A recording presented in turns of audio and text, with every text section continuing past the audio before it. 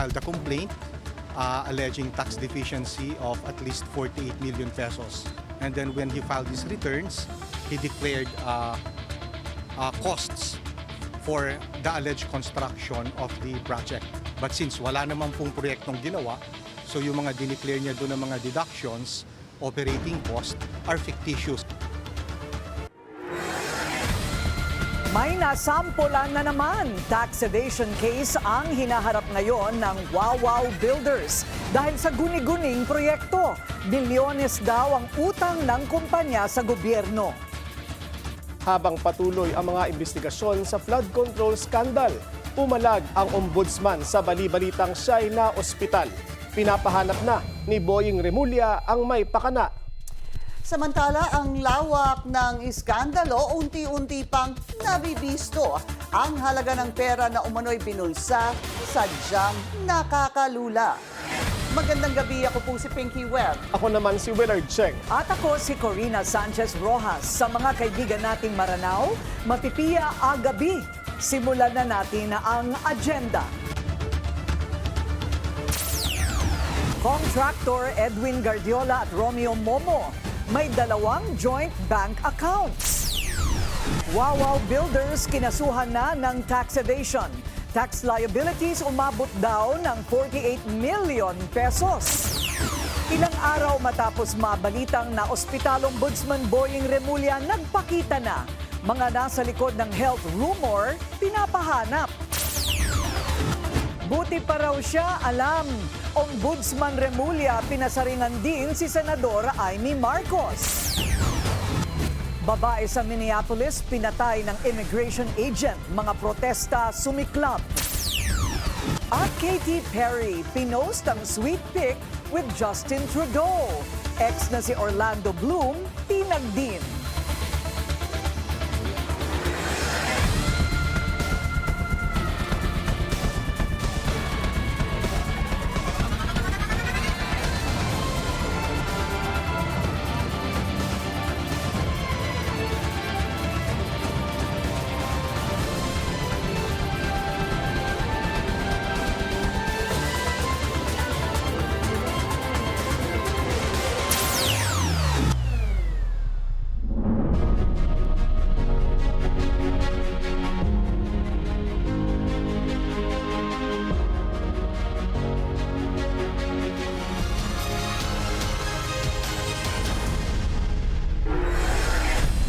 May dalawang joint bank accounts ang dalawa umanong contractor na sina Edwin Guardiola at Romeo Momo. Yan ay base sa pagsisiyasat ng Bilyonaryo News Channel sa dose-dosenang frozen personal accounts ni Guardiola na bilyones daw ang mga naging transaksyon mula 2010 hanggang 2025. Narito ang exclusive agenda report ni Joash Malimban. Nitong nakaraang December 18, 2025, ipinag-utos ng Court of Appeals ang pag-freeze sa nasa mahigit 1,000 bank accounts na nakapangalan kay Construction Workers Solidarity o CWS Party List Representative Edwin Guardiola at sa mga kumpanyang konektado sa kanya. Kasunod yan ng naging investigasyon at petisyon ng Anti-Money Laundering Council o AMLAC. Kabilang dito ang Newington Builders, S.Ang Construction and General Trading at Laurel Development Corporation. Out of 1,193 bank accounts na na-flag ng AMLAC, 55 ang direktang nakapangalan kay Guardiola. Dalawa rito, joint bank accounts nila ni Surigao del Sur 1st District Representative Romeo Momo. Matatanda ang si Momo ang pinalitan ni Guardiola bilang representative ng CWS Party List noong 2022. Isa rin siyang dating undersecretary ng Department of Public Works and Highways. Nang umpisang pumutok ang flood control scandal, kabilang din siya sa co-chairpersons ng House Infrastructure Committee na siyang nag-imbestiga mula sa hanay ng mga kongresista. Alam din naman, I can bitang ng loob ko sa lahat sa'yo. Kung hindi mo gawa, hindi ako nakakapagservisyo sa anyong bayan. O music, ikaw ang haligi ng Surigao. Ikaw ang dapat matungkulan sa Surigao. Si Edwin Guardiola po, engineer Edwin Guardiola, ginawang congressman, Congressman Momo. Matatandaan nitong nakaraang Disyembre, naghain ng reklamo ang mga pari ng Diocese of Tandag City at ilang abogado laban kay Congressman Momo sa Office of the Ombudsman. kaugnayan ng mga umano'y violations ni Momo sa mga batas patungkol sa prohibited interest. Pagmamayari kasi ng pamilya ni Congressman Momo ang kumpanyang Surigao La Suerte Corporation, kung saan nagsisilbi pa rin siya bilang shareholder ayon sa mga dokumento ng Securities and Exchange Commission. Ang kumpanyang ito nakakubra ng mahigit 1 billion pesos worth of contract sa DPWH sa probinsya ng Surigao del Sur mula 2017. Ayon kay Momo, politically motivated ang inihaing reklamong ito. Nag-divest na rin daw siya sa nasabing kumpanya mula nang maupo siya bilang Surigao del Sur congressman noong 2022. Although tama yun, mayroong nakontrata yung pamilya ko, pero the company was created right after I retired from the Department of Public Works and Highways. I retired in the Department of Public Works and Highways in 2017, and then right after that, nag-establish sila ng corporation, and I was even one of the member of the corporation before. But when I become congressman, I divested my interest. Bukod kay Congressman Momo, kasama rin sa natukoy na frozen bank accounts si Dionisio Valencia Torreja, na presidente rin ng construction firm na Torreja Construction Corporation. Ayon sa investigasyon ng AMLAC, may probable cause para sabihing related to an unlawful activity ang mga natukoy na bank accounts. Sa loob din daw ng mahigit isang dekada, mahigit 7 billion pesos worth of transactions ang naitala sa 55 bank accounts na direktang nakapangalan kay Guardiola. Hindi pa kasama ang nasa mahigit 1,000 bank accounts na nakapangalan sa mga Guardiola-owned companies na nakapagtala ng halos kalahating trilyong pisong financial inflows and outflows mula 2010 hanggang 2025. 20 days lang ang ipinataw na freeze order ng Court of Appeals sa natukoy na accounts at nakaschedule kahapon ang pagdinig kung i-extend ba ito o ipahihintulot na muli ang paggalaw ng financial assets ni Guardiola at ng mga kumpanyang konektado sa kanya. Humihingi pa ng update ang BNC sa Court of Appeals at AMLAC kaugnay sa naging desisyon sa naturang pagdinig. Sinubukan din namin kunin muli ang panig ni Congressman Momo pero hindi pa ito sumasagot sa aming mga mensahe. Para sa agenda, Joash Malimban, Billionaire News Channel. Sa isang pahayag sa Billionaire News Channel, sinabi ni Congressman Romeo Momo na 2019 nang buksan ang joint account. Ito raw ay para sa joint political expenses ni Momo, Guardiola at Torreja bilang nominees ng CEWS party list. Base raw sa kanyang kaalaman, hindi ito naisara pero nanatiling dormant mula 2019 matapos ang eleksyon. 48 million pesos. Yan daw ang halaga ng tax liabilities ng Wawaw Builders. Nahaharap na ngayon sa reklamo ang kumpanya kaugnay ng guni-guning flood control project sa Bulacan. Yan ang agenda report ni Lyja Bonzo. Sa Department of Justice ngayong araw, naghain na ng mga tax evasion complaints ang Bureau of Internal Revenue o BIR laban kay Mark Alan Arevalo, ang kinikilalang sole proprietor ng government contractor na Wawaw Builders. Kaugnay ito ng natuklasan nilang ghost flood control project sa Malolo City, Bulacan na nakubra ng naturang kumpanya. We filed a complaint alleging tax deficiency of at least 48 million pesos. And then when he filed his returns, he declared costs for the alleged construction of the project. But since wala naman pong proyektong ginawa, so yung mga dineclare niya doon ng mga deductions, operating cost, are fictitious. Ayon sa reklamo ng BIR, lumabag si Arevalo sa Sections 254 at 255 ng National Internal Revenue Code of 1997. Kaugnay sa tax evasion, hindi rin doon nakapagbigay ng correct at accurate na mga impormasyon ang Wawaw Builders nang magsumite ito ng income tax at VAT returns para sa una at ikalawang bahagi ng taong 2024. Sa record ng BIR, na-award sa Wawaw Builders noong January 2024 ang isang riverbank protection structure project sa barangay Kaingin, Malolo City, Bulacan na nagkakahalaga ng 77.20 million pesos. Nangolekta raw ang kumpanya ng 72.37 million peso net of withholding tax in 3 tranches simula Marso hanggang Abril ng taong 2025. Pero lumabas sa pagsusuri ng Commission on Audit at sa physical verification ng BIR, walang naitayong proyekto sa project site. Bagaman naiulat na ng contractor na 100% completed ang proyekto. Ongoing po ang investigation natin. Lahat po ng mga personalities na lumabas na allegedly involved sa anomalies na ito ay iniimbestigahan po ng Bureau of Internal Revenue. Sinisiguro lamang po natin na pag nag-file tayo ng kaso ay may maliwanag tayo na basehan. Kasama ang naisumiting reklamo ngayong araw, mayroon ng 13 kriminal na reklamong naisumite ang BIR sa DOJ, kaugnay sa mga maanomalyang flood control projects sa bansa. At kung tatansyahin daw, katumbas ito ng 8.92 billion pesos potential tax liabilities na sa kasalukuyan ay sumasailalim pa sa masusing investigasyon. Para sa Agenda, Elijah Bonzo, Billionaire News Channel. Pinapahanap na ni Ombudsman Boying Remulla ang mga nasa likod ng bali-balitang na-ospital siya. At sa kanyang pagsipot ngayong araw, may pasaring si Remulla kay Senador Amy Marcos tungkol sa flood control scandal. Ang detalye sa Agenda Report ni Joan Manalo. Bukod kina Senators Jinggoy Estrada at Joel Villanueva at former Senator Bong Revilla, isang incumbent senator at isang dating senador ang tinitignan na ring sumalang sa preliminary investigation ayon kay Ombudsman Jesus Crispin Remulla. Pero ayaw na munang magbanggit ni Remulla ng mga pangalan. Let's just lay off on the names kasi it's misinterpreted and some people want to push the issue more and try to put a date. I will not do that. Tapos na tayo ron.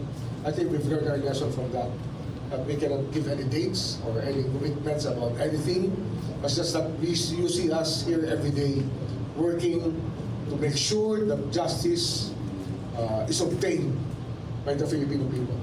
Kaugnay nito, binanata ni Remulla ang pahayag ni Senator Amy Marcos na kakasuhan na sina Estrada, Villanueva at Revilla ngayong January 15. Buti siya, alam niya ako, hindi ko alam. So there's no truth to that, sir? Ako pala, saan gagaling? Matatanda ang ilang senador at dating senador na rin ang nakasala ngayon sa fact-finding investigation ng Ombudsman kaugnay ng flood control scandal. Sa usapin naman ng sinasabing Cabral Files, selyado pa raw ito at hindi pa rin nabubuksan ng Ombudsman. Handa man silang buksan ito, delikado raw na pinag-uusapan at isinasa publiko ang laman o impormasyon mula sa mga dokumentong kasing sensitibo nito. Kung sasabihin na nanggaling sa isang tao na namatay na ang dokumento, paano mo patutunayan yun? Ang pwede magpatunay niya yung tao namatay. Di ba? Alam ka naman, makipagtalo ako sa isang bagay na alam natin nanggaling sa isang tao namatay na inaamin naman ng nagsasabi. Anong pag-uusapan to? Wala namang pag-uusapan. Hinamon naman ni Remulla si Batangas 1st District Representative Leandro Leviste na tukuyin na ang mga nakikita niya sa hawak niya umanong mga dokumento. What is it true? What is it true? Why the urgency? Ano bang kailangan malaman doon? Siguro sila magsabi kung ano laman doon na dapat pinapansin namin. Diba? Di ba ang gagaling sa kanya, tapos sasabihin niya, bibigyan niya kami ng tuta yung aming pagkatao dito. Sabihin niya kung anong problema. Diba? Bibigyan niya ng motibo na para wala kaming ginagawa. Araw-araw nandito lang naman kami. Di pumunta siya rito. Inatasan na rin daw ni Remulla si Assistant Ombudsman Miko Clavano na kunin ang kopya ng mga nasabing dokumento mula kay Leviste. Ito ang unang press conference ni Remulla matapos lumabas ang mga balita sa social media na isinugod umano siya sa ospital. Pinaiimbestigahan na ni Remulla sa NBI kung sino ang mga nasa likod nito. Desidido raw ang ombudsman na sampulan ang mga nagpapakalat ng fake news dahil naniniwala siyang hindi titigil ang mga ito hanggat hindi na parurusahan. Para sa Agenda, Joan Manalo, Billionaire News Channel.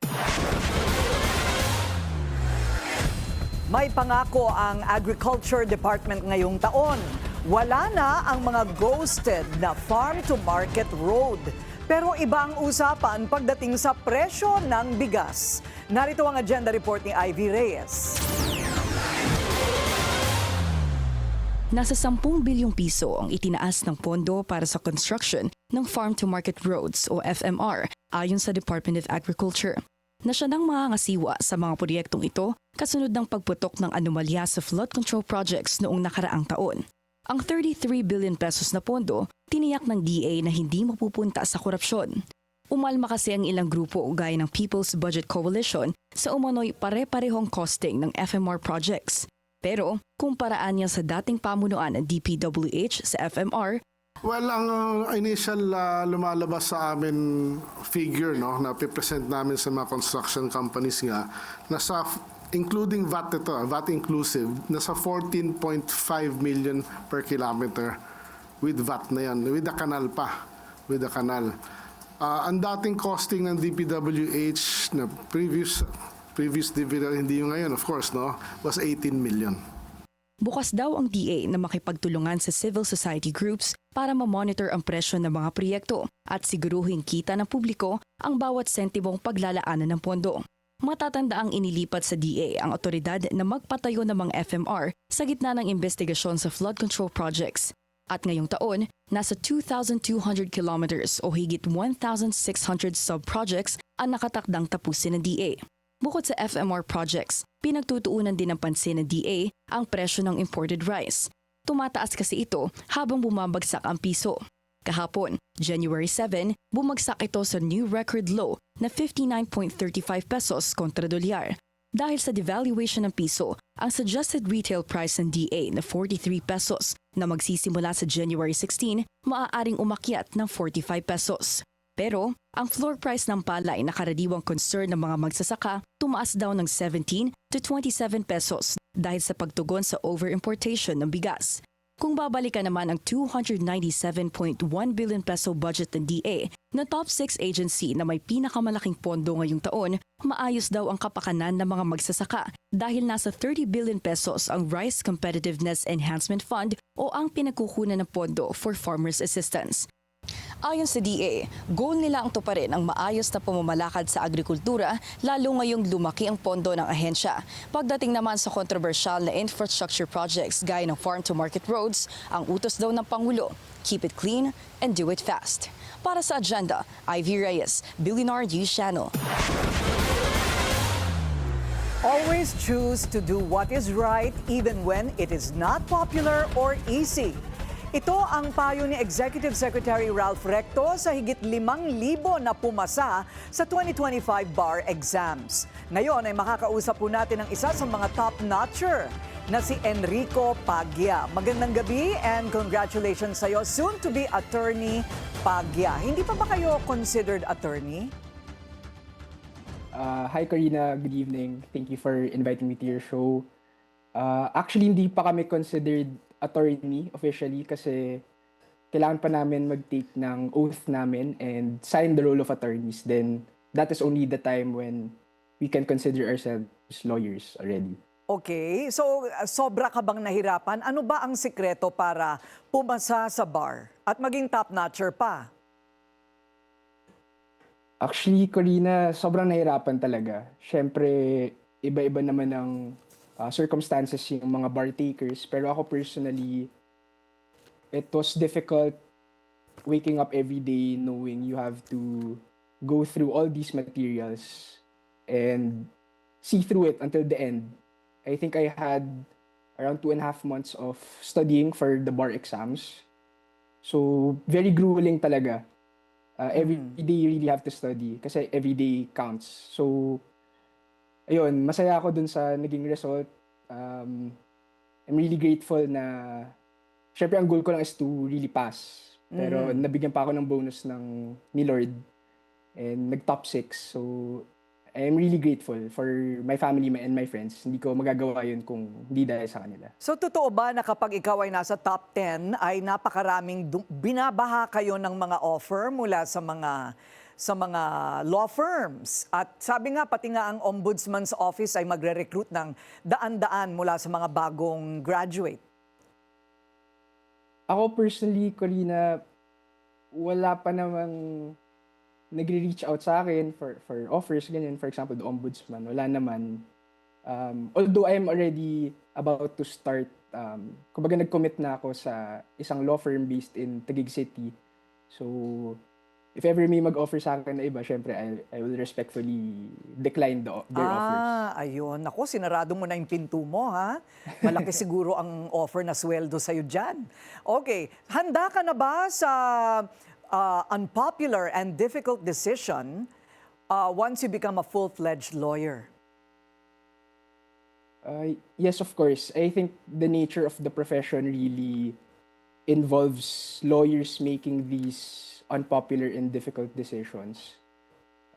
For me, as long as it's within the rule of law, within the bounds of law, yung decision naman na yun will eventually uphold justice, and that decision does not unduly favor any person, then even if unpopular and even if difficult siya, of course, I'll have to be ready to make those calls and decisions. So hindi mo na talaga naisip na pumasok sa politika?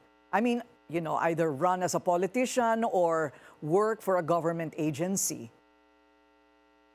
Actually, Corina, I worked for a government agency in the executive department, the Governance Commission for GOCCs or the GCG. I worked there during my time in law school. Nag-work ako doon from my second year until my fourth year of law school. Then I took a leave to prepare for the bar exams. So, Pero mas gusto mo ang pribado, ayaw mo ng government? I think for now, Corina, yes. Mas prefer ko ang private. Siguro yung sinusundan ko lang na advice sa akin is you get the best training as a first-year lawyer, a first-year or second-year lawyer if you go to a private law firm. So that's what I did. Ayan, okay. Well, magulo pero exciting ngayon ang sa gobyerno, ano? Tingnan natin. Ano ang maipapayo mo, huli na lang, sa mga hindi pinalad at yung mga future bar exam takers? Ang mapapayo ko sa kanila is to stay the course. Siyempre, masakit yung hindi mo makita yung pangalan mo sa listahan kahapon. Pero hindi pa naman huli ang lahat. Kahit ilang beses mong i-take ang bar exams, pa pwede po yun. So, just keep on the work. Kasi the work will never stop eh. If your goal is to become a lawyer, the work will never stop. And the first hurdle to becoming a lawyer is to pass the bar examination. So, siguro magpahinga muna ng onte, process the emotions, but bangon na rin agad, assess what you're able to do properly during your bar review, but also, more importantly, go through those mistakes and hopefully sa next bar examinations, makorek na yun and baka yun pa yung maging susi sa eventual na pagpasa. So, Attorney Pagya, itong nakikita naming umiiyak, sino yan? Yung mga hindi pumasa o yung mga pumasa? I think majority, Corina, mga pumasa po yun. Yun yung mga umiyak. Okay. Yes, tears of joy po yun. Okay. Hindi mo kasi masabi. Anyway, maraming salamat sa iyong oras, Enrico Pagya, ang top 6 sa Bar Exams 2025. Thank you, Corina. PBBM posible rin daw humarap sa impeachment case ngayong taon. Susunod yan sa agenda.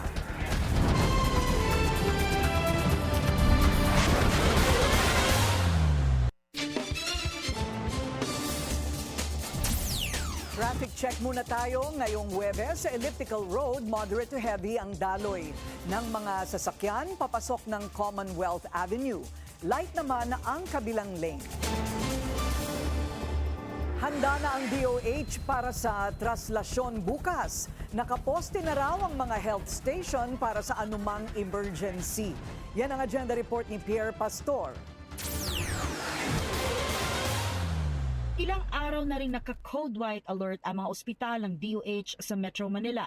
Bahagi ito ng paghahanda sa traslasyon bukas kung saan inaasahang milyong-milyong deboto ang dadagsa. Mahigit 200 DOH personnel ang magbabantay at handang rumisponde sa 20 health emergency response stations na matatagpuan malapit o katabi ng ruta ng prosesyon. May istasyon yan sa lahat ng dadaanan. Nakaplano po yan. So, hindi kasi makagalaw ang ambulansya pagka nagkaroon ng ng movement yung grupo, yung prosesyon umandar na, hindi na makakapasok at makakalabas sa ambulansya. So dinadala yung mga victim doon sa mga 10th or first aid stations na set up na. Naka-designate bawat hospital kung saan sila tapos meron ding evacuation route to their hospital para kung kailangan dalhin sa hospital, madadala. Paalala ng DOH, kapag sumama ang pakiramdam ay hanapin kaagad ang pinakamalapit na health station. Noong nakaraang taon, mahigit 300 sa mga dumalo sa traslasyon ang dumulog sa DOH health stations. Daming risk sa public health. So nagkakahawa ng sakit. Dito sa traslasyon, nakapaa yung mga deboto. So kailangan malinis yung kalye, walang pabungdin or ma-injure sa mga paa nila. Tapos may umaakyat yan, sumasampa. Tapos siksikan, so nagpupunta rin yung mga may sakit. I-save na rin daw sa phone ang mapa ng ruta at kung saan matatagpuan ang health station. Malayo ang tatahakin ng prosesyon, masikip at mainit. Kaya dapat dala rin ang maintenance medicines ng mga may sakit na alta presyon, diabetes at iba pa. Siguruhing may dala ring tubig at ang susuoting damit ay komportable. Magdala rin ng ID para madaling ma-identify sakaling mawalan ng malay. Para sa agenda, Pierre Pastor, Billionaire News Channel.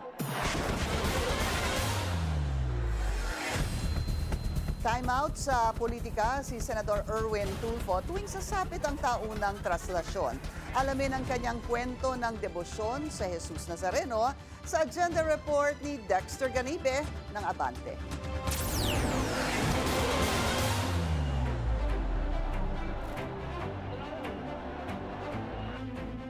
Sa nakalipas na 18 taon, isa si Senador Erwin Tulfo sa daluyong ng mga deboto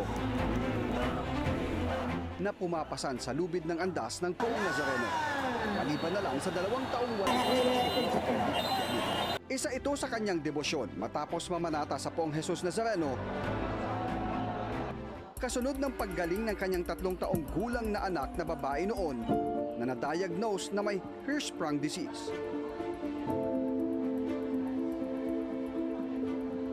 Sa kabila ng ingay sa prosesyon, ay narinig ng Panginoon ang taimtim na panalangin niya noon para sa anak. So hindi natuloy yung surgery? Hindi na natuloy. Okay naman na yung bata after so many years. So parang answered prayer sa tingin niyo? It is. And then there's a lot more answered prayers. So kaya nga dumadami yung deboto every year. Tanungin mo yung mga namamanata, nagdideboto because every year. I keep on thanking God for where I am right now and what He had made of me. Kaya sa traslasyon ngayong taon, hindi pa rin niya ito palalagpasin. Pero hindi na niya gaya ng dati nung kabataan pa niya na sumasabay pa siya sa pagpasan. At ngayong senador na siya, hindi siya mahadlangan sa isyu ng seguridad sa kanyang pakikiisa sa prosesyon. We'll leave it all to God. Faith pa rin yan. It's faith. God will do something about it to protect. I mean, we'll leave it to the hands of the Lord. Actually, there's a lot. There's a lot of blessings. God saved me so many times.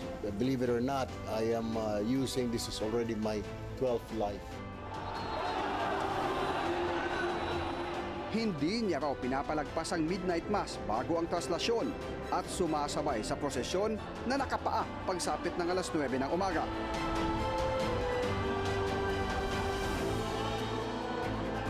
Hindi na rin niya siya sumasampa sa andas simula noong nakaraang taon at suportado nito ang hakbang na wag na muna pahintulutan ito dahil marami ang nasasaktan at nasisira rin ang andas. Para sa agenda, Dexter Ganibe, Abante! Ikinalungkot ni Senador Kiko Pangilinan ang pagpanaw ng kanyang nakababatang kapatid na si Donna Pangilinan Simpao. Sa isang post, ibinahagi ng senador na namimiss niya na ang mahigpit na yakap ng kanyang bunsoy and that she fought the good fight. Pumanaw si Donna, isang physician at teacher noong January 5 sa edad na 55. Kasama rin sa pagdadalamhati ang asawa ni Senator Kiko na si megastar Sharon Cuneta na nagsabi na losing a sister is one of the hardest things to have to deal with. Napilitan ng dumukot sa sariling bulsa ang mga magsasaka sa Nueva Ecija para sa patubig ng kanilang mga sakahan. Nasira kasi ang siphon barrel na ginagamit sa irigasyon at 3 buwan daw ang aabutin bago ito maayos. Yan ang exclusive agenda report ni Dobby de Guzman. Buong taong may patubig sa sakahan sa bahaging ito ng San Nicolas, Llanera, Nueva Ecija. Pero dahil nasirang siphon barrel ang Talavera River, nawala ang patubig kaya nagkabitak-bitak na ang ilang sakahan. Ang ilang magsasaka na napasubong makapagpunla para sa second crop, pinikitan na ang paggamit ng water pump kahit dagdag gastos. Gagastos po talaga ng konsumo yung generator po. Eh sa mahal po ngayon ng diesel, sir, talagang marami po nagagastos dyan. Isa lamang si Mang Jim sa 26,000 magsasakang apektado ng pagkasira ng siphon barrel ng Talavera River. Dito dumadaloy ang tubig mula sa Pantabangan Dam at dito nakakonekta ang mga irrigation canal na dinadaluyan ng tubig patungo sa mga sakahan sa 9 na bayan ng Nueva Ecija at 3 bayan ng Tarlac. Pinangangasiwa nito ng National Irrigation Administration Upper Pampanga River Integrated Irrigation System. On July 24, due to Typhoon Dante, na-observe po yung kanyang major scouring and undermining na kung saan yung pong behavior ng river flow ay hindi na po siya dumadaan sa ibabaw. Kung hindi, siya po ay dumadaan na sa ilalim ng structure, meaning siya po ay mayroong guwang o mayroong pong void space sa ilalim. Na yun na nga po yung nakita after po nag-subside yung flood, ay siya po ay nagkaroon na ng minor settlement, minor displacement noong pong July 27. However, sa pagdating po ng August, September, October, November na kung saan tumama po yung bagyong Mirasol, bagyong Nando, bagyong Tino, bagyong Uwan, yun po ay pinalala nung pong malakas na agos ng tubig. Dahil dito, ang inaasahang pagpapadaloy ng tubig noong December 1 ay naon siyami. Hindi umano ito'y pinaalam ng NIA sa mga magsasaka kaya napasubo silang magpunla. Malaking dagok daw ito sa kanila dahil hindi pa man nakakabangon mula sa pinsala ng mga nagdaang bagyo at mababang presyuhan ng palay ay mahaharap na naman sa panibagong sakit ng ulo. Maging ang pamahalang panlalawigan ay hindi rin daw naabisuhan tungkol dito. Hindi lang naman po kami ang nagulat. Siyempre, mas lalong nagulat ang ating po mga farmers dun sa area na apektado na bigla na sila po sa panahon ng pamamunla, inaasahan po nila ang daloy ng tubig galing po sa ating mga irigasyon ay bigla pong mawawalan ng tubig. 396 meters ang kabuang haba ng nasirang siphon barrel. Aabot sa 55 milyong piso ang pondong laan para sa pagsasaayos. Originally, ito po ay 9 months construction period. Hanggang Mayo po ang ibinigay na construction period sa kanya. Pero ito po ay kinumpress into 3 months, sir, 90 days. Para po March 1 ay masunod po namin yung aming schedule na ibinigay na pagpapadaloy ng tubig. Agad namang sinalag ng NIA ang mga aligasyong ang pagkasira ng siphon barrel ay sanhi ng quarrying sa lugar. Para sa agenda, Dobby de Guzman, Billionario News Channel, Nueva Ecija. Not just one, but 2 impeachment complaints ang posibleng ihain sa Kongreso matapos mag-expire ng 1-year bar rule sa kaso laban kay VP Sara. Pero ayon kay Congressman Edgar Erice, hindi lang ang bise ang maaaring target ng bagong reklamo. Sa On Point ng Billionario News Channel, posible rin daw ang paghahain ng impeachment complaint laban kay PBBM. Kung susuportahan ko yung impeachment before VP Sara, dapat ay tingnan ko rin kung may impeachable offense si Presidente. Kasi kung titingnan lang namin yung isa, ano na yan, parang partisan, hindi para sa bayan. Ang nakikita ko, kung may impeachable offense ang Presidente, ay yung betrayal of public trust. Kasi for 3 years, pinabayaan niya yung budget natin na masalaula, na hindi siya kumibo. And that's tantamount to inexcusable gross negligence. It's not even the 2026 budget anymore that you're talking about. It's the previous budgets prior to 2026. Kung 1 taon lang yan, baka napalusutan. Pero kung 3 taon, imposible para sa akin na hindi alam ng executive department yan. Higil naman sa umuugong na bagong impeachment case ni VP Sara, duda si Erice kung magtatagumpay ito. February 6, the Makabayan Bloc will file. Yun yung kanilang advocacy, di ba? Yung intelligence confidential fund. So, tingin ko magpa-file sila. Pero, ang hindi ko lang alam kung they will gather enough support. Kasi 2028 elections is just around the corner. Unprogrammed appropriations sa 2026 budget, formal ng hinamon sa Korte Suprema. Susunod yan sa agenda.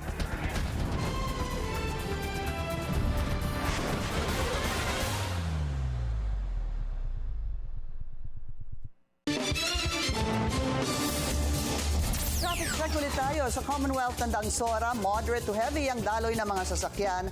Papuntang Fairview, light to moderate naman ang kabilang lane.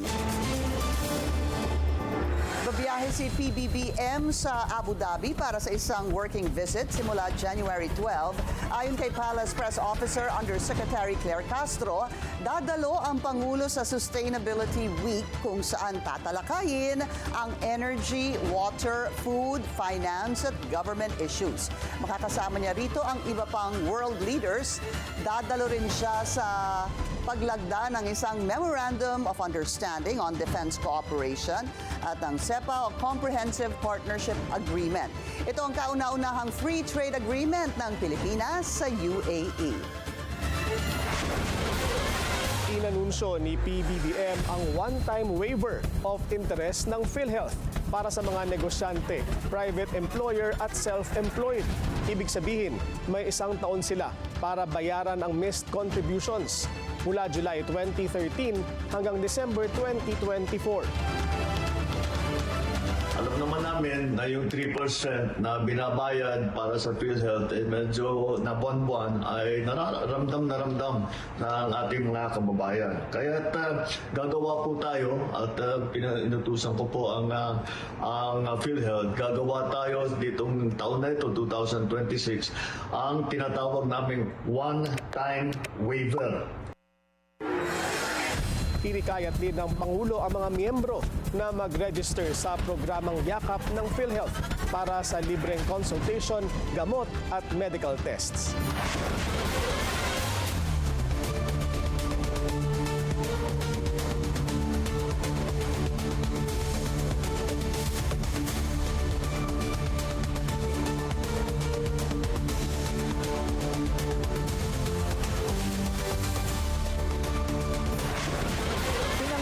Ni Trade Secretary Maria Cristina Roque ang pagbubukas ng Model Negosyo Center sa Makati. Ito ay isang one-stop business support center na tutulong sa mga micro, small, and medium enterprises. Matatagpuan dito ang lahat ng serbisyo ng gobyerno, tulad ng business registration, entrepreneurial training at product development. Balak ng pamahalaan na magtayo ng Model Negosyo Center sa iba't ibang lugar sa bansa. Car makers and investors are taking a hit dahil sa pagveto ni PBBM sa budget ng auto programs. Bilang isa sa mga haligi ng ekonomiya, paano kaya ito makakaapekto sa car industry? Yan ang agenda report ni Mobility Correspondent G. Baroga. PBBM hits the brakes on the auto budget this year. Kabilang kasi ang Comprehensive Automotive Resurgence Strategy o CARS at ang follow-up program nitong RACE o Revitalizing the Automotive Industry for Competitiveness Enhancement sa vetoed items sa 2026 budget. Aabot ang proposed funding sa higit 4.5 billion pesos. Layo ng parehong programa na suportahan ng industriya sa pamamagitan ng incentives. 2 car manufacturer lamang ang participant ng CARS, Toyota through its Vios model at Mitsubishi with the Mirage and Mirage G4. Bagamat tapos na ang programa, may unpaid obligations pa rin ng gobyerno for incentives earned by the manufacturers. Kasunod ng veto, Sinabi ng isang industry watcher sa BNC Mobility na mahalagang maipakita sa parent company nila sa Japan na kaya ng Pilipinas i-fulfill ang commitment nito at para rin alagaan ang reputasyon ng bansa bilang isang business partner. Ito rin ang naging sentiment ni Senate Finance Committee Chair Sherwin Gatchalian. Ang potential effects kasi niya is more on reputation natin to the foreign investors. Nangangako tayo, pupunta sila dito. Maganda kasi sa Toyota and Mitsubishi, factory ang sinet up nila. So may tao, may hard investments, mayroong makinarya. So dito sila nagpo-produce ng sasakyan. So ang worry ko lang,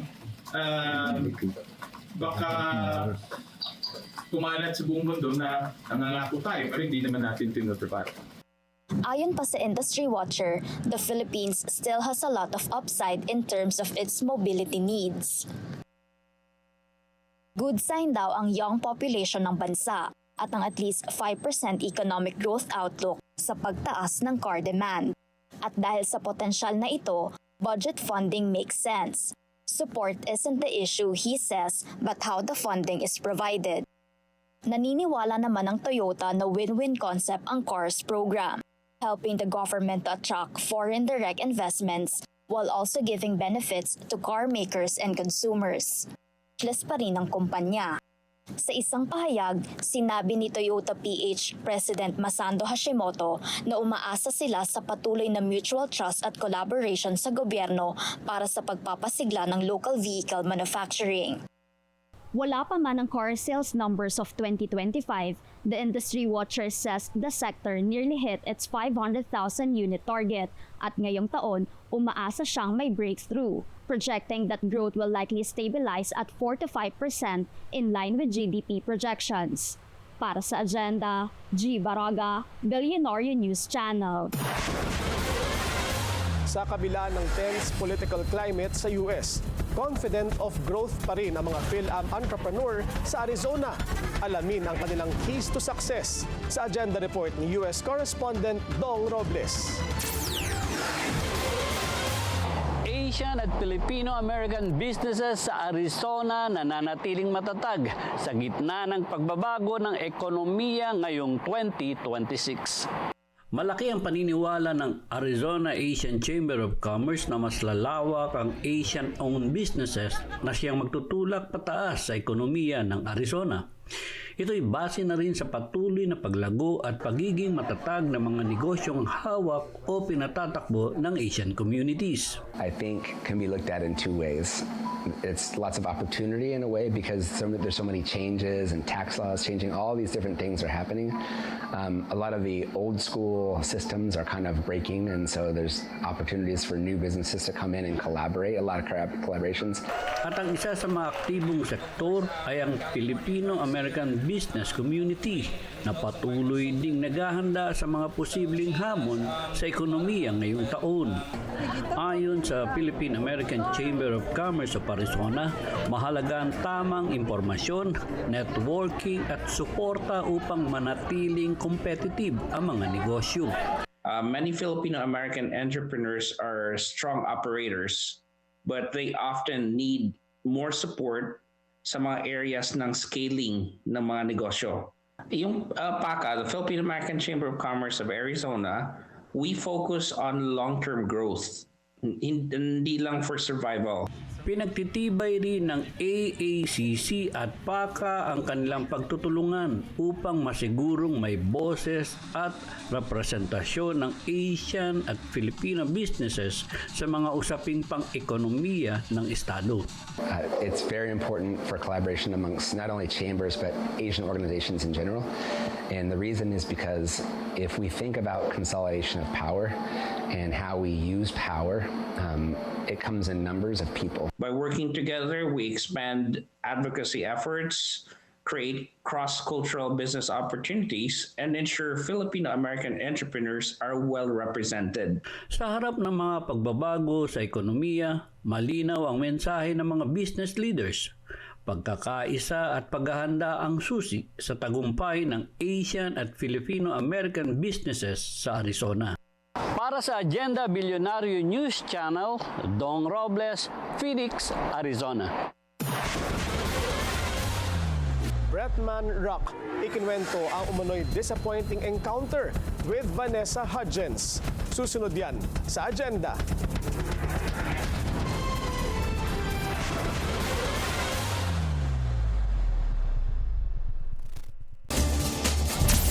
Isa pang traffic check ngayong Thursday rush hour sa EDSA Mega Mall, bumper to bumper ang mga sasakyan sa northbound lane.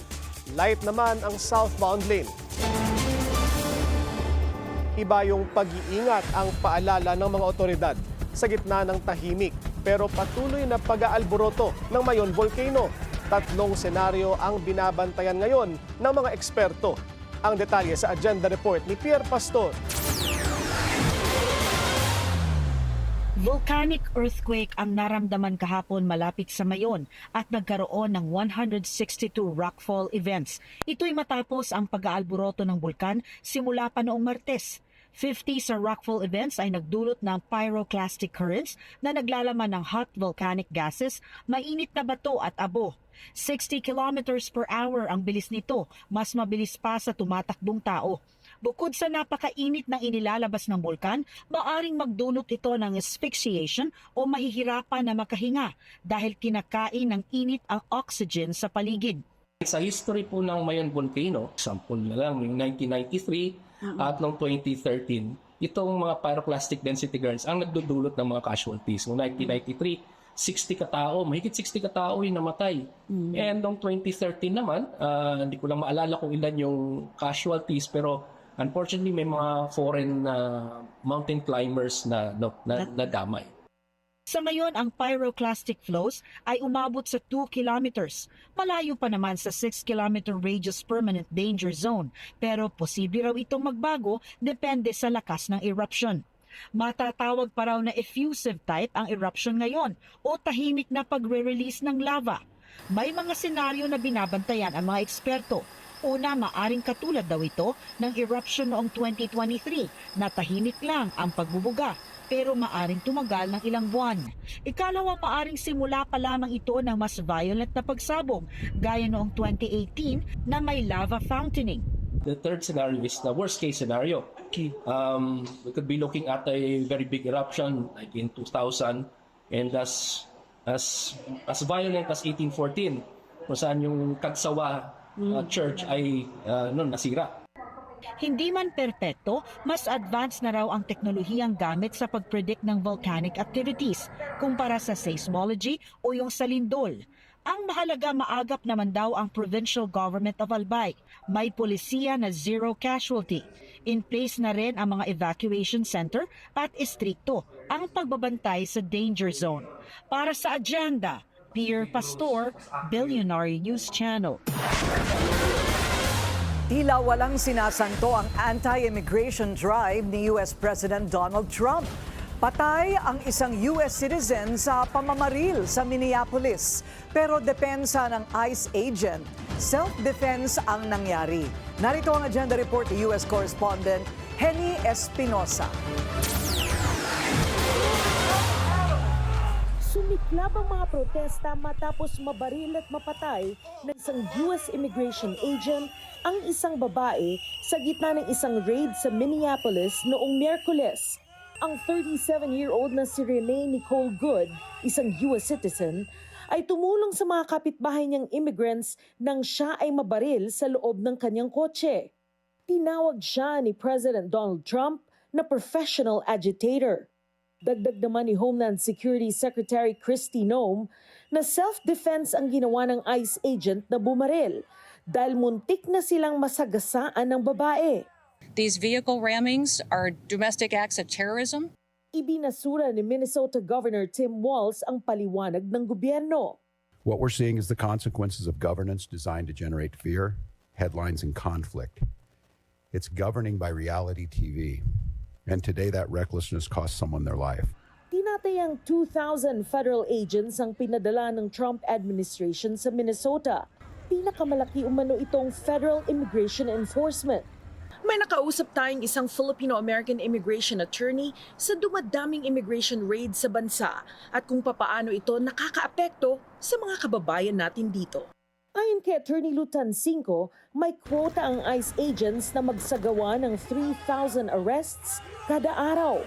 Quantity over quality approach means something very different on the ground, resulting in sharp rise in arrest of people without criminal history.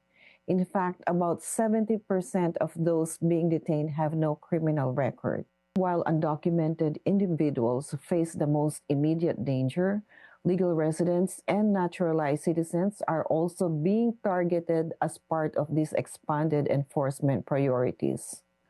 Collateral arrest of green card holders and U.S. citizens are happening too, where agents may apprehend anyone during an ICE operation. Ipinaliwanag ni Attorney Lu ang mga karapatan ng immigrants sakaling pumunta ang mga ICE agents sa iyong tahanan o trabaho o lumapit sila sa iyo sa isang public place. You have the right to remain silent. You do not have to open your door unless agents have a warrant signed by a judge. Take note, there has to be a judicial warrant, not just an administrative warrant. Make sure it is signed by the judge. You do not have to answer questions when you're being asked by ICE agent about your immigration status. You have the right to speak to an attorney. You do not have to sign any documents without understanding them. Kapag ikaw ay nilapitan ng ICE agents, ito ang mga dapat iwasang gawin, ayon kay Attorney Lu. Huwag kayong tumakbo. Huwag magsinungaling at huwag manlaban. Mas mabuti na kalmado kayo at respectful. Ang pinakaimportanteng gagawin ay humingi kayo agad ng immigration lawyer.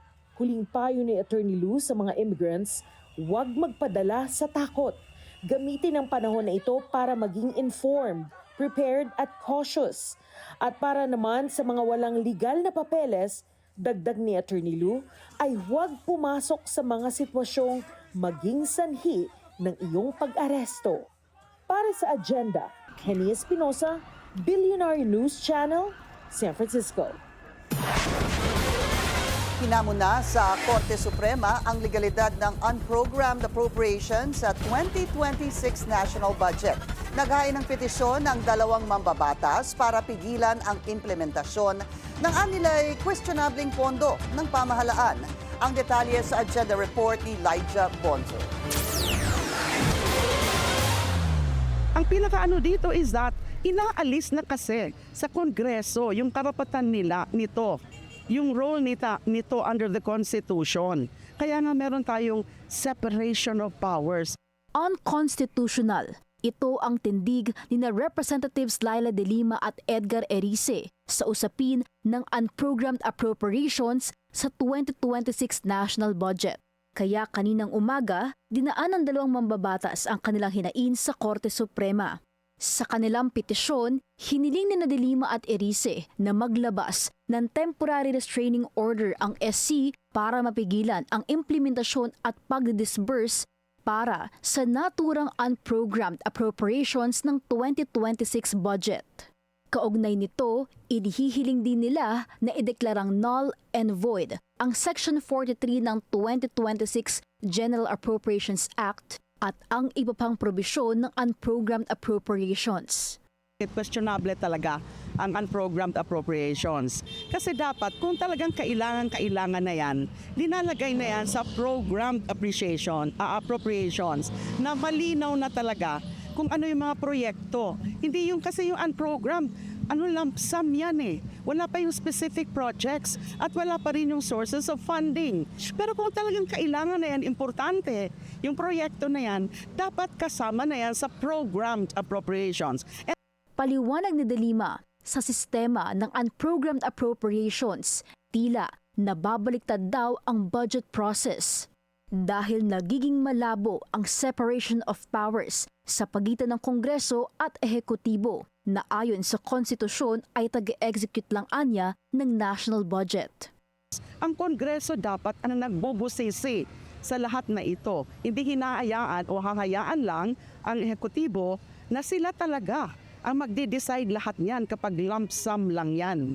Because UAs and program appropriations are lump sum. discretionary standby funds kahit wala pa yung pondo. Si Congressman Erice naman, nagbanta sa panganib ng kawalan ng malinaw na plano kung saan kukuhain ang pondo ng mga naisabatas na unprogrammed appropriations. Ang pinakadelikado, yung source of financing. Pag nakalagay yan sa unprogrammed funds, pwedeng gumawa ng paraan ng gobyerno na mag-source ng funding. Saan? Pagbibenta ng mga assets. Batayan natin yan. Yung additional loan na sobra-sobra na hindi na natin kayang bayaran. At yung pag-impose ng additional taxes. So, yan ay hindi na dadaan sa Kongreso dahil nakaprograma na. Kaya maling-mali yan. Nang pirmahan ng Pangulo ang 2026 budget, vinito nito ang 7 sa 10 unprogrammed appropriations. Dulot nito, bumaba sa 150.9 billion pesos ang UA, ang pinakamababa magmula noong 2019. Ang 3 natirang items ay ang budget para sa foreign assisted projects, programa para sa risk management at ang pondo para sa revised modernization program ng Armed Forces of the Philippines. Pero pag-usisa ni De Lima, ano ang mga eksakto at specific na programang sumasailalim sa mga ito? Hindi pa raw ito na ipapakita sa Kongreso na silang may trabahong usigin ang kahalagahan at legitimacy ng bawat item na lalaanan ng pondong mula sa bayan. Para sa agenda, Elijah Bonzo, Billionaire News Channel. Suportado ni Senador Erwin Tulfo ang petisyong inihain sa Korte Suprema para questionin ang unprogrammed appropriations sa 2026 budget. Ayon kay Tulfo, ito ang naging dahilan ng pagkakaantala ng budget deliberation sa BICAM. Yan ang agenda report ni Dexter Ganibe ng Abante. Hindi lang ang issue sa budget ng DPWH nagkaroon ng deadlock sa isinagawang Bicameral Conference Committee meeting noong Disyembre para sa naging General Appropriations Act ngayong 2026. Binunyag ni Senator Erwin Tulfo may mas malalim pang dahilan, ang unprogrammed appropriations. Kaya nga nagkaroon ng, di ba, ilang araw na hindi nag-meet yung BICAM, ilang oras na antala na pinag-uusapan, nagkakaroon ng hagil, baka pwede kasi they're saying sa Congress, kailangan ito pag nagkaroon tayo ng pondo. The point is, I was telling our chairman, sabi ko, wala nga tayong pondo dyan, chair. Sabi ko, bakit natin mapayagan yan, di ba? Kasama si Tulfo sa Senate contingent sa BICAM bilang Vice Chairperson ng Finance Committee. At bago sumalang sa BICAM, naging mainit na ang issue ng unprogrammed appropriation sa deliberasyon ng Senado na nagkasundong ang UA lang para sa foreign assisted projects ang pinalusot sa kanilang bersyon. Pero pagsapit niya sa BICAM, sinabi ni Tulfo na ang counterpart nila sa Kamara ang nagsulong na ibalik ang iba pang UA, kabilang narito ang mga na-veto ng Pangulo. Personally po, when I signed that, tinitignan ko yung unprogrammed, with heavy hearts I signed it. Siyempre, I signed it dahil miyembro ako ng majority, vice chairman ako, alam nga ba naman kukontra ako doon. Kaya ngayon, nanindigan si Tulfo na ano't ano pa man ang mangyayari sa deliberasyon sa 2027 budget, tutukuran na niya ang zero unprogrammed appropriations. Magiging source ng corruption yung program. Kaya nga po, sinasabi ko next year, kung maaari, except kung mga foreign assisted, wala na lang tayong unprogrammed. Bakit pa tayo, like I was telling you kanina, why do we need unprogrammed projects? Wala nga tayong pondo. Pag napondohan, di wag na lang, wala naman tayong pondo, di ba? Every year naman, ipangungutang mo. Suportado niya ang pag-question sa Korte Suprema sa legalidad ng unprogrammed appropriation sa 2026 budget. Para sa agenda, Dexter Ganibe, Abante!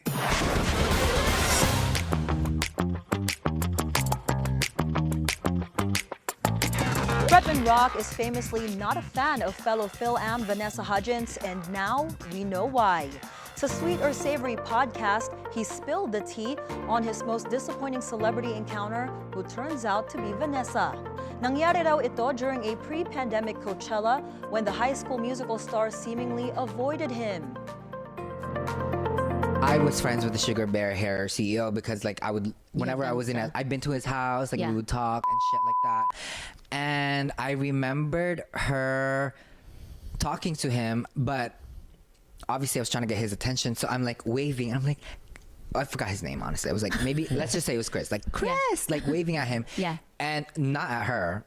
And she like literally looks at me and is like tries to hide. I'm like, first of all, I'm not saying hi to you. First of all, I was always Team Sharpay. Wala pang comment si Vanessa sa remarks ni Bretman. Noong 2023, the content creator also threw shade at the actress for not being able to pronounce Palawan. That's after Vanessa was tapped as a tourism ambassador for the Philippines. The current boyfriend and ex in one Instagram post, nag-share si Katy Perry ng photo dump of her activities noong holidays. One picture shows her kissing former Canadian Prime Minister Justin Trudeau sa tila isang yacht. But nasa carousel din ang kanyang former fiancé, Orlando Bloom, not just once but thrice. Katy even shared a video of them with their daughter Daisy while ice skating. Cat's Eye Sofia La Forteza spends a well-deserved break sa Hong Kong with Leon Barreto.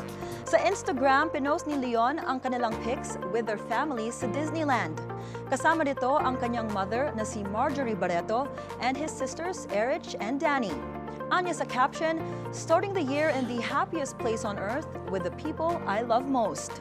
Una na ring spotted sina Leon and Sofia during a New Year's Eve celebration, which also marked Sofia's 23rd birthday.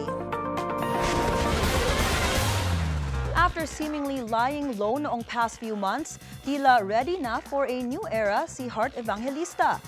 The senatorial spouse has been teasing what appears to be a new project. In one IG post, she shares a notebook with the words Heart's Ideas. At ang caption, quote, something brewing.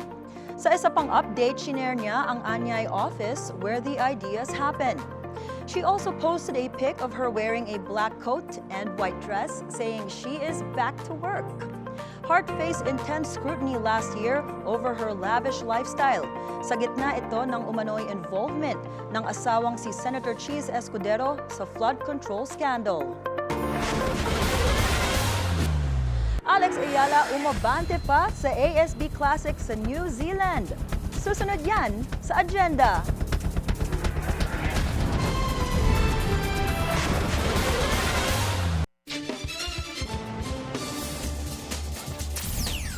Traffic check ulit tayo sa EDSA White Plains, moderate to heavy ang daloy ng mga sasakyan sa northbound lane. Light to moderate naman ang southbound lane. Hindi pinalampas ni Palace Press Officer Claire Castro ang pagkakataon para buweltahan ng mga umano'y land grabber. Ang kanyang puntirya, mga kaalyado ng mga Duterte. Narito ang agenda report ni Ivy Reyes. Tila may pasaring ang Malacanang sa mga kaalyado ni former President Rodrigo Duterte, sina former Ilocos Sur Governor Chavit Singson at presidential spokesperson Harry Roque pagdating sa usapin ng land grabbing.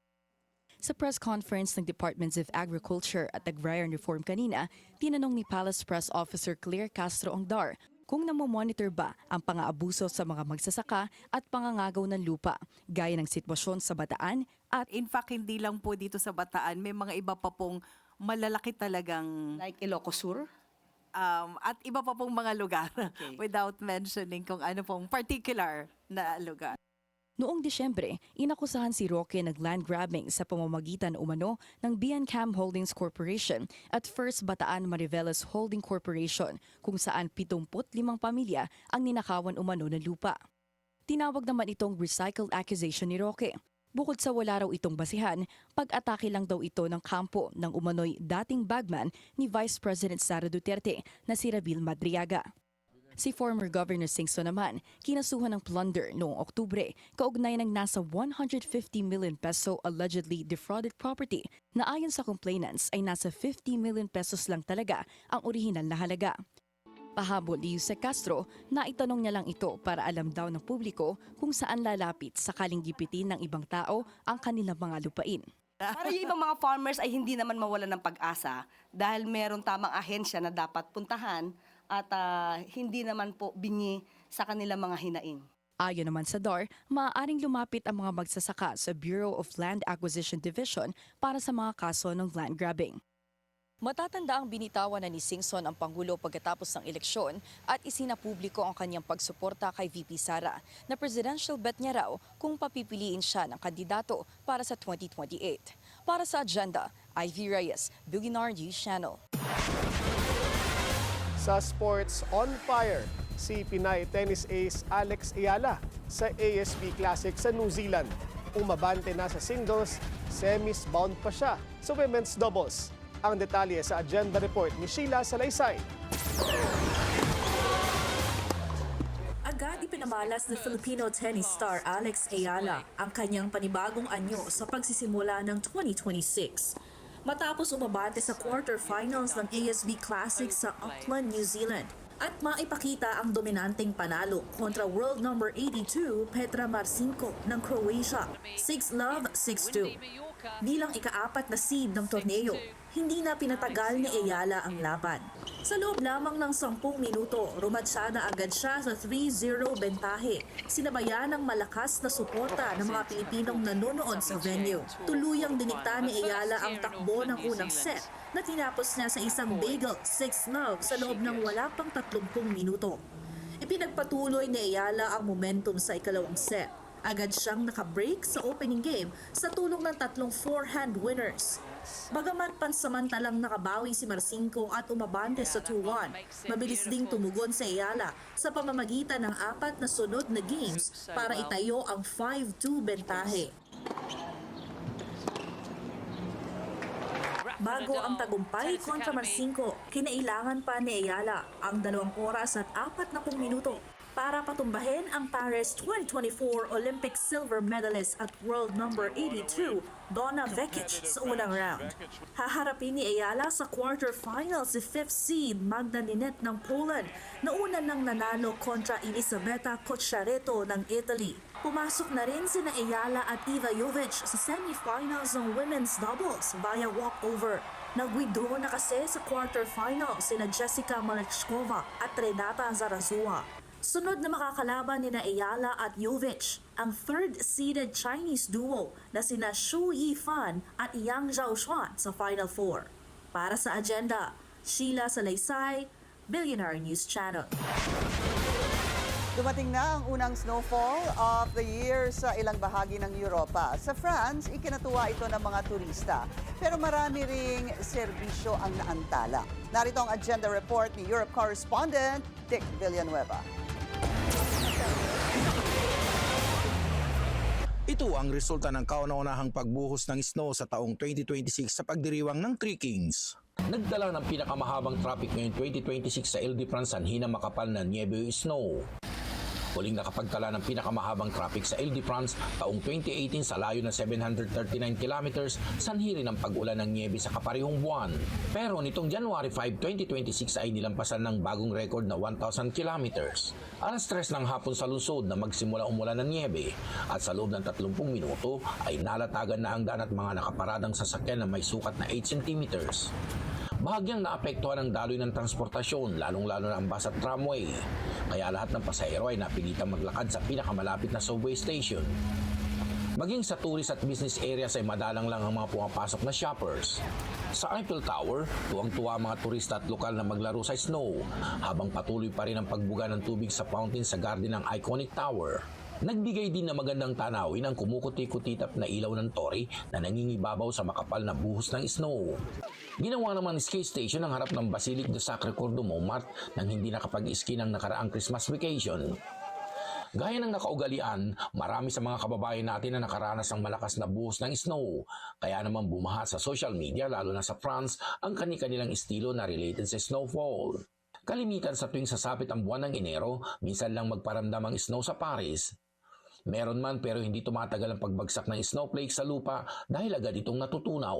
Ayon sa meteorologists, muling magpapaulan ng snow sa Ildeprans sa mga susunod pang mga araw. Kalimitan, ang ilan sa mga lokal na mamamayan at lalong-lalo ng ating mga kababayan ay natutuwa sa unang buhos ng snow. Subalit kapag ito ay tumagal na ng isang linggo, ay nagiging balakid na rin para sa pagpasok sa kanilang mga trabaho. Para sa Agenda, Dick Villanueva, Billionaire News Channel, Paris, France. Bukod sa traslasyon, isa ang pahalik sa dinadagsa ng mga deboto tuwing pista ng Jesus Nazareno. Alamin natin ang latest sa agenda report ni Andrea Salve live mula sa Quirino Grandstand. Andrea, gaano karami na ang nakikiisa sa pahalik ngayong taon?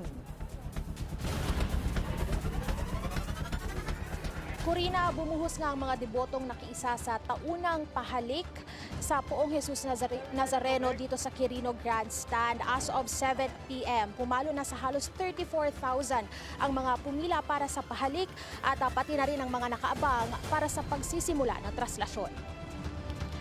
Maagang Tarlac ang 70 anyos na si Nanay Clarita Reynante. Higit isang dekada na siyang deboto ng Poong Jesus Nazareno at taon-taon ay pumipila sa pahalik. Ngayong taon, dala niya ang tent dahil magdamag niyang hihintaying magsimula ang traslasyon. Gaya ng mga nakalipas na kapistahan, pareho pa rin ang kanyang kahilingan. Mahabang buhay. Pati yung na bumibili ng bulaklak, marami rin silang nabibinta. Kasi nagtinda lang ako ng sampagita sa Tarlac. Si Mary Ann Armas naman, 10 taon nang pabalik-balik sa pahalik. Hindi raw siya mapapagod kahit na hanggang ngayon ay hindi pa rin ipinagkakaloob ng Poong Jesus Nazareno ang pangarap nila ng asawa. 16 years na kasi kami, wala pang baby. Hindi nawawala ng pag-asa. Nangangarap pa rin. Humihiling pa rin sa Panginoon at naniniwala. Pagdating ng 1:00 ng hapon, umabot na sa more or less 12,000 devotees ang pumila para sa pahalik. Parami na rin ang parami ang mga pumwesto sa Burnham Green, naroon magpapalipas ng magdamag hanggang sa magsimula ang prosesyon. Nasa 700 hanggang 800 na pulis din ng NCRPO ang pinayagang makiisa sa traslasyon bukas. Yung mga pulis na sasama bukas is mga mga deboto. We allowed them to practice their faith. Siyempre, may mga panata rin sila eh. Nirequest sila na kung pwede silang sumali, pinayagan natin. On the one condition na tumulong sila sa kaayusan. Hindi sila papayagang magsuot ng uniforme at sasali sa prosesyon bilang mga deboto. Lahat naman daw ng deployed police personnel ay hindi pwedeng magdala ng baril bukod sa tactical units.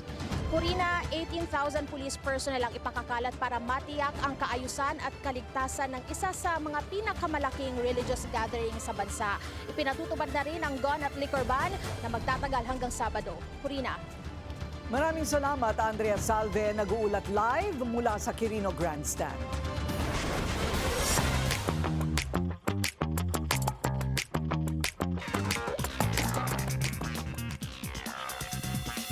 After a long decade, all set na ang solo comeback ni Bruno Mars. The Phil-Am superstar announced new music is coming agad this Friday.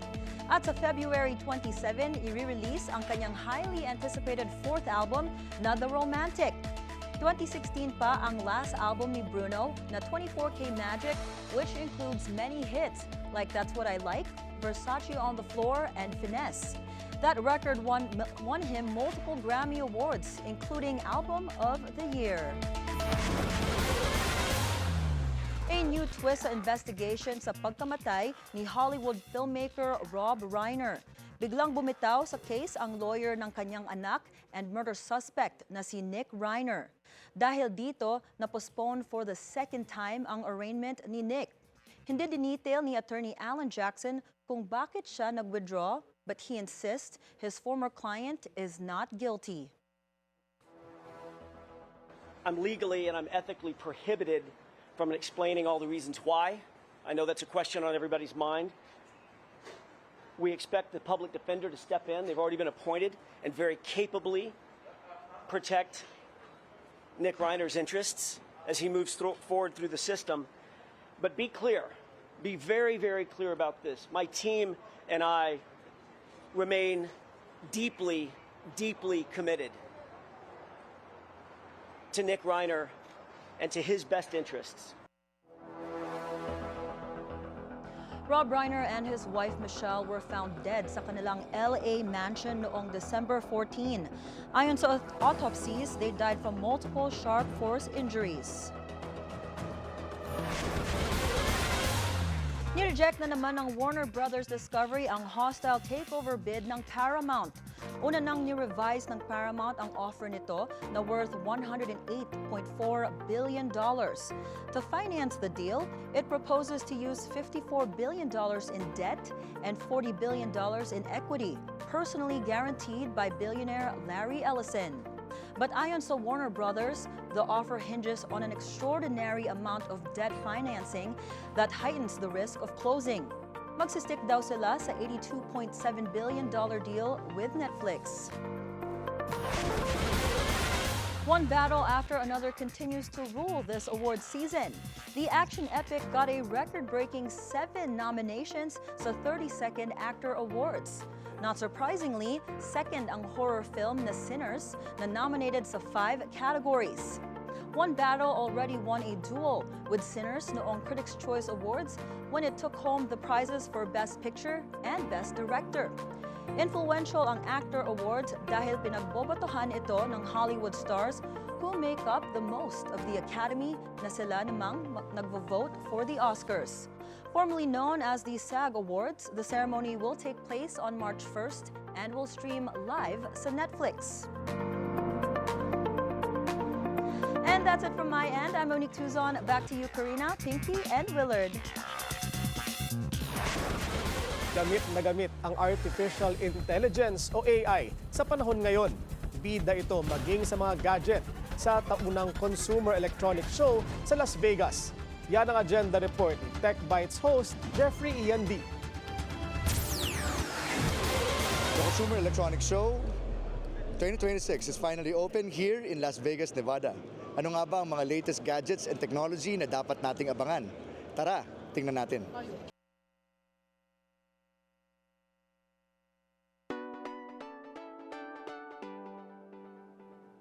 Kilala ang Consumer Electronics Show bilang pinakamalaking tech trade show sa buong mundo. Dito sina-showcase ng mga global tech brand ang mga bagong produkto at ideya bago nila ilabas sa merkado.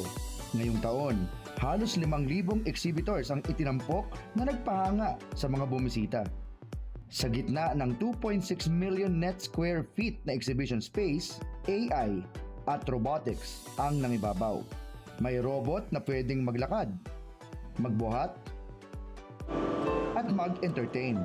How do we scale robotics to be useful? It's not just about dancing and giving us entertainment.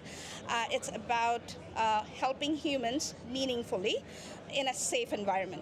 Pagdating naman sa mobility, tampok ang iba't ibang klase ng autonomous vehicle, mga sasakyan na pwedeng magmaneho kahit walang driver. Yung Waymo, ito yung technology behind the autonomous car, no? Basically, they can use any car and they just put in these sensors and lidars para maging driverless yung kotse. Para naman sa mga binabantayan ng sugar sa katawan, isang AI-driven app from Abbott ang malaking tulong sa kalusugan. Kaya nitong tansyahin kung paano makakaapekto ang isang pagkain sa blood sugar nito bago pa ito kainin. Layunin ng app na magkaroon ng matalinong food choices tayong mga users sa araw-araw. Patok din naman sa mga ladies ang AI Skin Analyzer. After mag-analyze ang AI Mirror, magbibigay siya ng rekomendasyon base sa skin result kung anong dapat gamitin na beauty products o kulay ng makeup. Patunay ang Consumer Electronics Show 2026 dito sa Las Vegas, Nevada sa mabilis na pag-usad ng teknolohiya at kung paanong binibigyan ito ng solusyon ang mga pang-araw-araw na issue ng lipunan. Para sa agenda, Jeffrey IND, Billionario News Channel.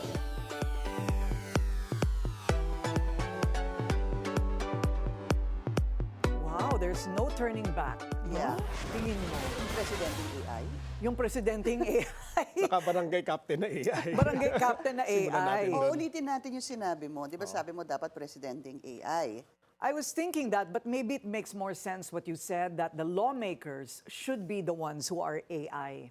So that our laws are beyond going around it. Yeah. Hindi ba? Yung talagang Hindi nila naiikot ang hindi na nila mapapaikutan kasi ironclad yung ating mga batas. Kasi yung mga batas natin, pwedeng paikutan yung marami. Hindi ba?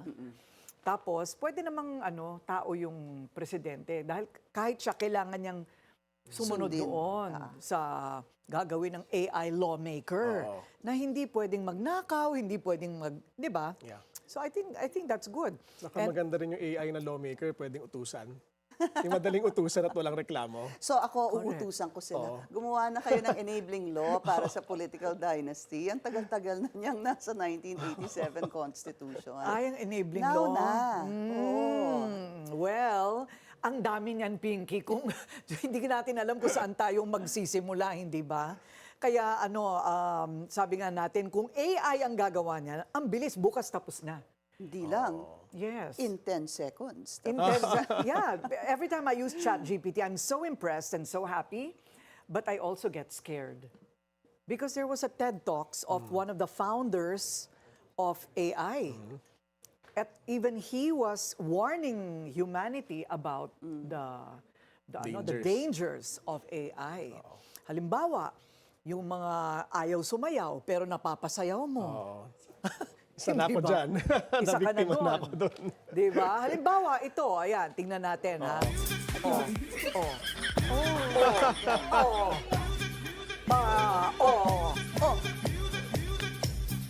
Galing.